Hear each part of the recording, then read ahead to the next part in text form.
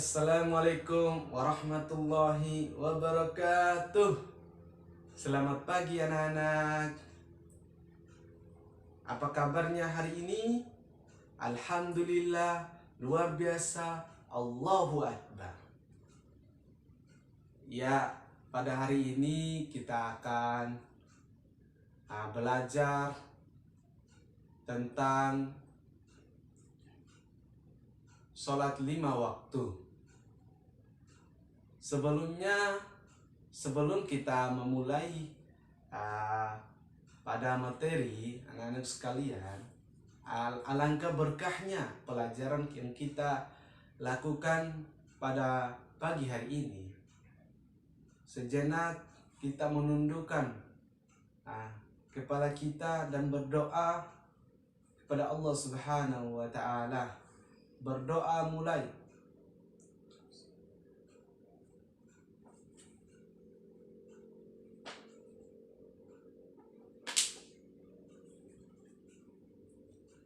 Berdoa selesai, ya langsung saja pada materi ya. Sebelumnya udah pernah baca-baca tentang materi sholat 5 waktu? Alhamdulillah. Langsung saja. Dalam sholat 5 waktu ada syarat sholat, syarat wajib sholat, hal yang membatalkan sholat, apa yang dikerjakan sebelum sholat. Ada yang tahu apa sih itu pengertian sholat? Pengertian sholat secara bahasa adalah doa, sedangkan secara istilah adalah perbuatan yang terdiri dari perkataan atau perbuatan yang diawali dengan takbiratul ihram yang diakhiri dengan salam. Allah Subhanahu wa Ta'ala berfirman dalam Al-Quran surat Al-Ankabut ayat 45, Inna salata tanha 'anil fahsya'i wal munkar. Dirikanlah salat, sesungguhnya salat itu mencegah perbuatan keji dan mungkar. Maka kita harus salat. Apabila masih ada pengaruh-pengaruh buruk dari setan ala salat, berarti maksiat, berarti ada yang salah dengan salat kita, maka harus diperbaiki. Dalam Al-Quran juga, dalam Quran surah Al-Baqarah ayat 43 yang berbunyi, Bismillahirrahmanirrahim. Wa aqimus salata wa atuz zakata warka'u ma'ar rakiin. Dirikanlah salat, tunaikanlah zakat, rukulah bersama orang-orang yang ruku. Maka salat ini diwajibkan untuk kita semua anak sekalian. Rasulullah SAW bersabda, amal yang pertama dihisab adalah pada hari kiamat nanti adalah salat. Apabila salat kita buruk, amal yang lainnya juga akan buruk. Apabila salat kita baik, maka amal yang lainnya akan baik pula. Sebelum kita masuk kepada syarat sah salat, kita masuk dulu pada hal-hal yang dilakukan sebelum salat. Yang pertama, iqamah. Yang pertama, azan. Yang kedua, iqamah. Azan ini kalimat yang Masya Allah Subhanahu wa Ta'ala, kalimat besar dari Allah Subhanahu wa Ta'ala. Tentunya Allahu Akbar, Allahu Akbar, Allahu Akbar, Allahu Akbar, masing-masing 2 kali pada saat azan. Sedangkan iqamah masing-masing 1 kali. Allahu Akbar, Allahu Akbar, asyhadu an la ilaha illallah. Begitu. Selanjutnya ketiga, syarat salat. Yang pertama, suci badan dari hadas kecil dan hadas besar. Cara membersihkannya bisa dengan wudhu ataupun dengan mandi. Yang kedua, suci pakaian. Pakaian yang bersih dan tempat pun yang bersih. Yang ketiga, menutup aurat. Rapi dan menutup aurat. Aurat bagi laki-laki antara pusat sampai lutut. Sedangkan aurat pada perempuan, seluruh anggota badannya harus ditutup kecuali telapak tangan dan muka. Yang keempat, syarat wajib sholat. Ada berapa sih syarat wajib sholat anak-anak? Betul sekali, ada 6 syarat wajib sholat. Yang pertama, beragama Islam. Orang Islam wajib sholat, sedangkan orang non-muslim tidak diwajibkan sholat. Harus masuk Islam dulu baru bisa sholat dengan syahadat. Yang kedua, balik. Di sini pada laki-laki umur 15 tahun, sedangkan pada umur perempuan dari keluarnya darah haid 15 tahun dan seterusnya. Yang ketiga, berakal. Tentunya orang-orang yang sholat itu berakal, tidak dalam posisi gila dan sebagainya. Maka dalam sholat itu harus berakal, memahami ruku, struktur ruku, sujud, dan lain sebagainya. Suci dari hadas dan nifas. Rasulullah Shallallahu Alaihi Wasallam pernah bersabda, beliau berkata kepada Fatimah, apabila kamu keluar haid, maka tinggalkanlah sholat. Hadis riwayat Muslim. Yang kelima, telah sampai dakwah Islam, telah sampai kepada kita tentang Islam ataupun tentang sholat dari yang dibawakan oleh Nabi, sahabat, tabi'in sampai ulama sekarang ini, kita mengetahui tentang sholat itu.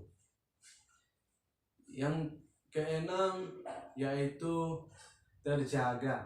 Terjaga di sini kita menunggu waktu sholat, kita menunggu datangnya waktu sholat. Apabila kita tertidur karena kecapean dan lain sebagainya, maka ketika kita bangun, kita harus menyegerakan sholat kita agar mendapatkan pahala dari sisi Allah Subhanahu wa Ta'ala. Yang kelima, hal-hal yang membatalkan sholat.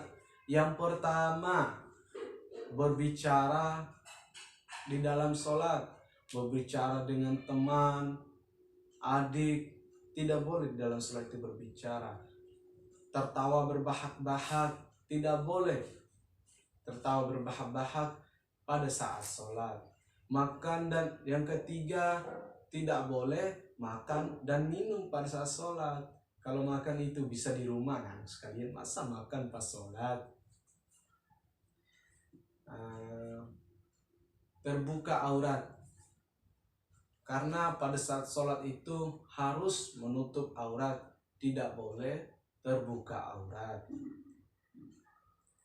Menghadap kiblat, di Indonesia ini kan sudah ditetapkan kiblatnya, maka harus kita ikuti. Bergerak melebihi 3 kali itu tidak boleh. Yang terakhir ini yaitu meninggalkan salah satu ruku. Misalnya meninggalkan ruku, kita meninggalkan ruku dengan sengaja lagi, itu akan membatalkan sholat kita, anak sekalian. Maka dari itu kita harus betul-betul dalam sholat itu mengerjakan dengan khusyuk agar kita tidak ketinggalan salah satu ruku dalam sholat. Yang terakhir ini ketentuan waktu sholat. Ada yang tahu nggak maksud ketentuan waktu sholat zuhur itu seperti apa? Ketentuan waktu sholat zuhur dari matahari condong ke arah barat. Sedangkan ketentuan sholat asar dari selesainya waktu, dari mulai habisnya waktu zuhur dan terbenamnya matahari. Sedangkan waktu maghrib dari terbenamnya matahari sampai terbenamnya syafaq. Pada waktu isya terbenamnya matahari, terbenamnya syafaq yang kemerah-merahan sampai terbitnya sidik. Pada sholat subuh dari terbitnya sidik sampai terbenamnya sampai terbitnya matahari. Karena sholat subuh ini sholat yang untuk orang-orang yang masya Allah mengerjakannya. Rasulullah SAW pernah bersabda, siapa yang sholat sunnah subuh sebelum subuh 2 rakaat lebih baik daripada dunia dan isinya. Masya Allah. Belum lagi sholat subuhnya, ini baru sholat sunnah subuh.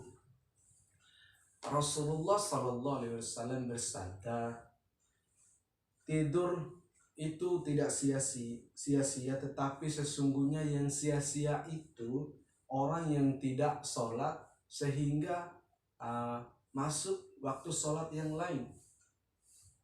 Itu makanya.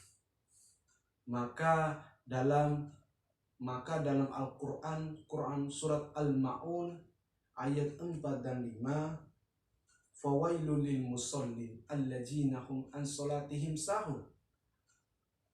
Celakalah bagi orang-orang yang sholat, yaitu orang-orang yang lalai dalam sholatnya. Seperti hadis Nabi tadi, anak-anakku sekalian, yang mengatakan orang yang menunda-nunda sholat ini adalah kerugian semata yang didapatkan. Maka dari itu kita harus tetap semangat untuk melaksanakan sholat 5 waktu. Karena ini bukan keinginan Allah kepada kita, tapi keinginan kita kepada Allah, kebutuhan kita kepada Allah Subhanahu wa Ta'ala. Anak-anak sekalian, mungkin ada yang ingin dipertanyakan mengenai yang kita bahas dari tadi. Apabila tidak ada pertanyaan dari anak-anak ataupun adik-adik sekalian, saya panggil adik-adik atau anak-anak ya, kita tutup saja pertemuan hari ini. Semoga kita mendapatkan keberkahan ilmu dari Allah Subhanahu wa Ta'ala dan bisa mengimplementasikan dalam kehidupan sehari-hari ataupun dalam sholat kita. Untuk mengakhiri pertemuan hari ini, kita mengucapkan hamdalah, alhamdulillahirabbil alamin, billahi fi sabilil haq, fastabiqul khair. Wassalamualaikum warahmatullahi wabarakatuh. Terima kasih.